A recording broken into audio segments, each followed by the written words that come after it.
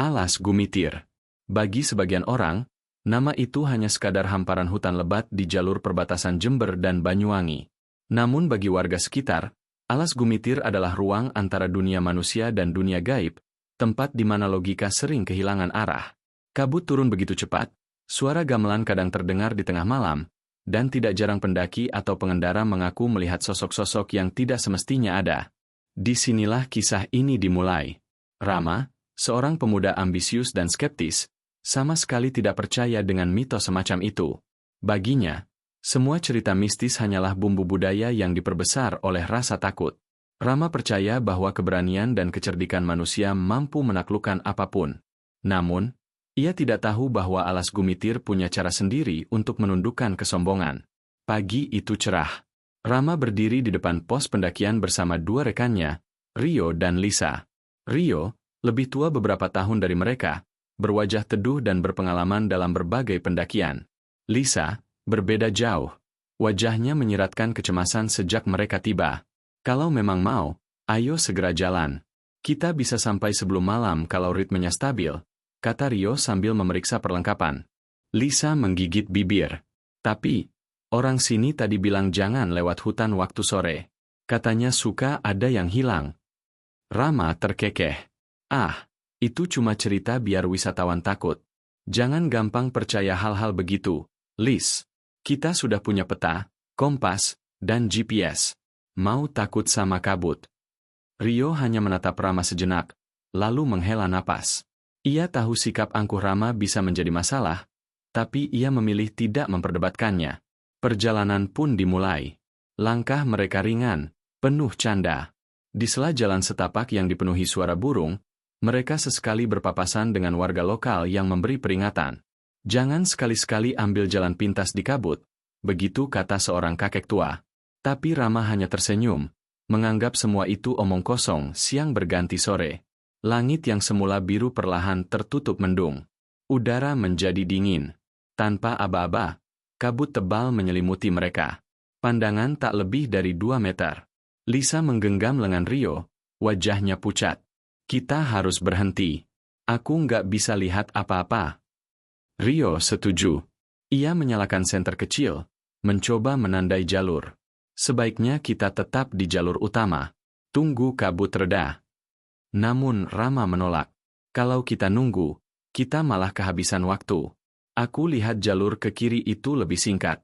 Aku yakin itu jalan pintas. Rio menatapnya dengan ragu.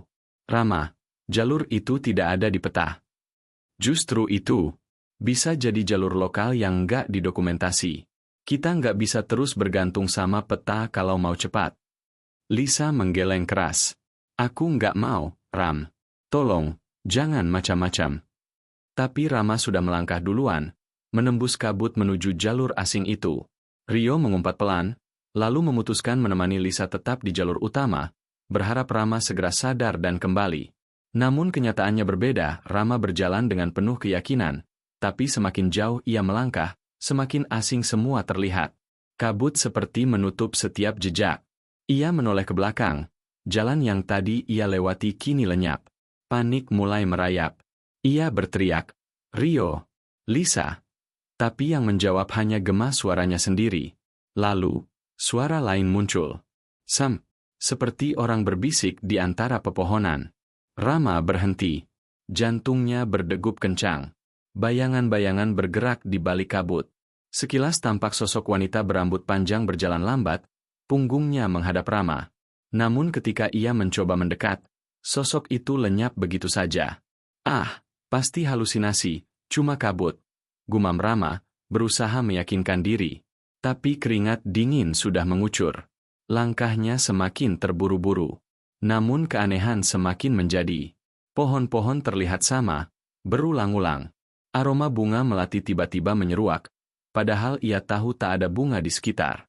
Dan di kejauhan, samar-samar, terdengar alunan gamelan. Untuk pertama kalinya, Rama, si skeptis yang selalu menertawakan mitos, merasa benar-benar takut. Rama tersesat. Hari berganti, tetapi ia tidak pernah menemukan jalan kembali. Awalnya ia masih optimis, yakin bisa keluar dengan kompas dan GPS yang ia bawa. Namun anehnya, Kompas terus berputar tak tentu arah, GPS kehilangan sinyal sama sekali. Bekal makanannya habis di hari kedua. Roti kering terakhir ia makan dengan tergesa, berharap kabut reda dan jalur utama muncul kembali. Tapi yang ada hanyalah hutan yang semakin asing. Rasa lapar membuat tubuhnya lemah, sementara ketakutan terus mencengkeram pikirannya. Suara-suara aneh makin sering terdengar. Tawa perempuan, langkah kaki yang mengikuti dari belakang, hingga bisikan lirih menyebut namanya, Rama. Suatu sore, ketika ia hampir menyerah, matanya menangkap sesuatu di tanah, bekas dupa yang sudah mati, tergeletak di samping batu besar. Di sekitarnya ada sesajen berisi bunga dan kemenyan, masih segar seperti baru diletakkan. Rama merinding. Ia ingat peringatan warga, jangan pernah mengusik persembahan di hutan. Dengan terburu-buru ia menjauh, tapi perasaan diawasi semakin kuat. Ia merasa benar-benar sendirian, dan terperangkap. Di hari ketiga, tubuh Rama hampir tak sanggup berjalan. Ia tersandung, jatuh, lalu tertidur di tanah lembab. Saat terbangun, ia melihat sosok kakek tua duduk di dekat api kecil. Wajahnya keriput, matanya tajam namun teduh. Rambutnya putih panjang, tubuhnya dibalut kain lusuh. "Bangun, nak." Suara kakek itu serak tapi hangat. "Kau terlalu keras pada dirimu sendiri. Hutan ini tidak butuh kesombonganmu." Rama terkejut. "Siapa? Siapa Anda?" Kakek itu tersenyum tipis. "Orang memanggilku Mbah Jayeng. Aku penjaga alas Gumitir." Rama menelan ludah, setengah yakin ia sedang berhalusinasi. Namun aroma asap kayu dan panas api yang ia rasakan begitu nyata. "Aku bisa membantumu keluar," lanjut Mbah Jayeng, "tapi ada syaratnya. Kau harus mau belajar menghormati hutan ini, mengikuti petunjuknya, bukan melawannya." Rama ingin membantah, tapi tubuhnya terlalu lelah. Dalam hati kecilnya ia sadar, pria tua ini mungkin satu-satunya harapannya untuk bertahan hidup. Hari-hari berikutnya Rama tinggal bersama Mbah Jayeng di sebuah gubuk sederhana yang nyaris tersembunyi di balik pepohonan. Anehnya, gubuk itu tidak pernah ia lihat sebelumnya, padahal ia merasa sudah berkeliling. Namun Mbah Jayeng tidak langsung menunjukkan jalan keluar. Sebaliknya, ia mengajarkan hal-hal dasar untuk bertahan hidup. "Lihat daun ini," kata Mbah Jayeng sambil menunjukkan sehelai tanaman. "Kalau kau makan, kau akan sakit perut sampai mati. Tapi yang ini," ia mengambil tanaman lain, "bisa jadi obat untuk perut kosongmu." Ia juga mengajari Rama mencari air dari batang pohon, membuat jebakan sederhana untuk menangkap hewan kecil, hingga membedakan suara-suara hutan. Malam hari, saat kabut turun, Rama mendengar suara gamelan samar-samar lagi. Kali ini ia tidak panik, karena Mbah Jayeng hanya tersenyum. Itu tandanya roh-roh sedang berjalan. "Jangan takut. Jangan panggil. Jangan ikuti. Biarkan saja mereka lewat." Sedikit demi sedikit, Rama mulai berubah. Ia tidak lagi menantang hutan dengan egonya, melainkan belajar mendengarkan. Suatu malam, ketika api unggun menyala redup, Rama memberanikan diri bertanya, "Mbah, sebenarnya, kenapa aku bisa terjebak di sini? Kenapa aku nggak bisa keluar?" Mbah Jayeng menatapnya lama, lalu berkata pelan, "Kau tidak hilang, nak. Kau ditahan." "Ditahan? Maksud Mbah?" "Alas Gumitir punya penghuni. Roh-roh leluhur, makhluk-makhluk gaib yang menjaga keseimbangan tempat ini. Kau masuk dengan niat yang salah, dengan kesombongan, dengan pikiran ingin menaklukkan. Itulah sebabnya jalanmu ditutup." Rama terdiam. Kata-kata itu menusuknya dalam. Untuk pertama kalinya ia sadar, semua sikap meremehkan yang ia tunjukkan sejak awal adalah kesalahan besar. Mbah Jayeng melanjutkan, "Selama kau tidak menghormati mereka, kau akan tetap tersesat. Jalan keluar hanya terbuka untuk mereka yang datang dengan hati yang bersih. Itulah sebabnya aku mengajarimu. Bukan sekadar bertahan hidup, tapi juga belajar merendah di hadapan alam."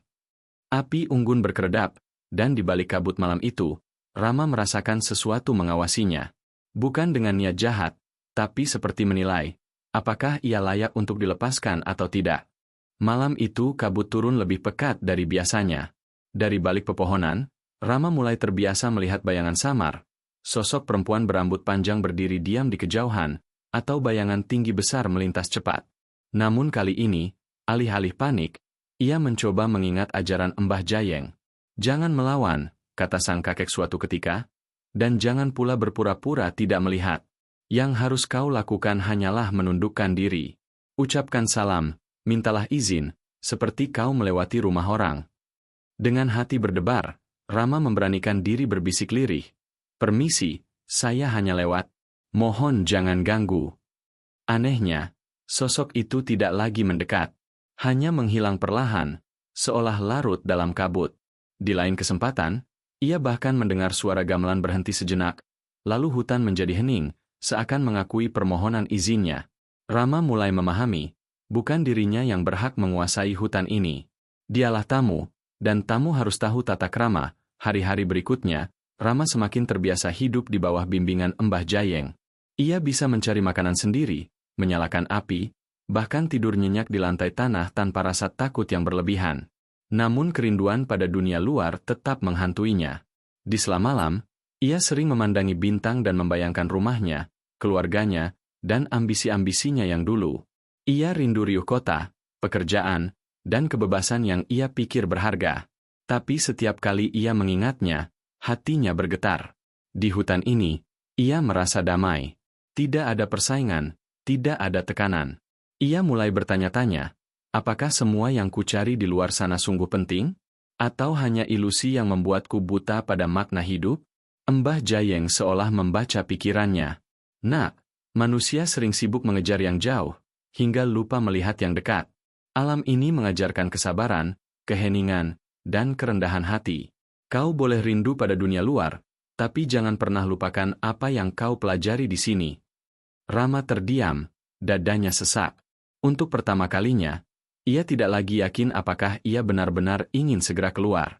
Suatu malam, Mbah Jayeng menatap Rama dengan serius. Api unggun di depan mereka berkeredap. Waktumu di sini hampir selesai. Tapi sebelum kau keluar, ada ujian yang harus kau lewati. Apa maksud Mbah? Tanya Rama, cemas. Kau harus berhadapan dengan dirimu sendiri. Semua rasa takut, semua kesombongan, semua yang kau bawa sejak awal masuk ke sini. Jika kau gagal, hutan ini tidak akan pernah melepaskanmu. Malam itu, Rama disuruh berjalan sendirian ke tengah hutan, tanpa lampu, tanpa api. Hanya ditemani kabut yang kian menebal. Jantungnya berdetak kencang, setiap langkah terasa berat. Tak lama, bayangan-bayangan mulai muncul. Dari kejauhan, ia melihat sosok Lisa menangis, terjebak di balik pohon. Ia mendengar suara Rio berteriak meminta tolong. Naluri mendorongnya untuk berlari menolong, tapi tiba-tiba ia teringat pesan Mbah Jayeng, jangan percaya pada bayanganmu sendiri. Itu hanyalah cermin dari hatimu. Dengan gemetar, Rama memejamkan mata. Ini bukan nyata, ini cuma ketakutanku. Saat ia membuka mata lagi, bayangan Lisa dan Rio lenyap. Sebagai gantinya, muncul sosok dirinya sendiri, wajah penuh amarah dan kesombongan yang dulu ia miliki. Sosok itu mendekat, menatapnya dengan tatapan tajam.